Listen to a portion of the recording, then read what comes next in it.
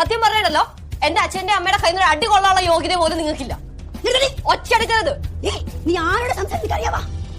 നിനക്ക് നിന്റെ മമ്മിയുടെ കൂടെ പോണോ? വേണ്ട. ഇവളുടെ സമ്മതം ഇല്ലാതെ നിങ്ങൾ ഇവിടെ എവിടെയും കൊണ്ടുപോകത്തൊന്നുമില്ല. ഞാൻ എന്റെ മോളെ എനിക്ക് ഇഷ്ടമുള്ളത് കൊണ്ടുപോകും. നിന്നെ കൊണ്ട് തടയാൻ പറ്റുമോ? അത് തടയാൻ പറ്റും. ആദ്യമൊക്കെ ഒന്ന് പദവി എന്നുള്ളത് ശരിയാണ്. പക്ഷേ ഉണ്ടല്ലോ, ഇപ്പോഴത്തെ ഈ സിറ്റുവേഷൻ എന്നെ കൊണ്ട് ഹാൻഡിൽ ചെയ്യാൻ പറ്റും. അങ്കിളെ, ഞാനും ദിയയും ഇവിടെ നിൽക്കും. അങ്കിള് വേണം ഞങ്ങൾ അവിടെ കൊണ്ടാക്കാനായിട്ട്. പിന്നെ എന്ത് കള്ളക്കഥ വേണമെങ്കിലും അങ്കിൾ അവിടെ പറഞ്ഞോ, എനിക്ക് അറിയേണ്ട കാര്യവുമില്ല. നാളെ മുതൽ ആന്റി ആ ഗേറ്റ് കടന്ന് അങ്ങോട്ട് വരരുത്. ഞാൻ അങ്ങോട്ട് വരണോ വേണ്ട തീരുമാനിക്കണം നീ ആടി. ഞാനാ തീരുമാനിക്കട്ടെ, കാരണം അത് എന്റെ വീടാ. നിനക്ക് എന്ത് ധൈര്യം എന്നോട് സംസാരിക്കാൻ?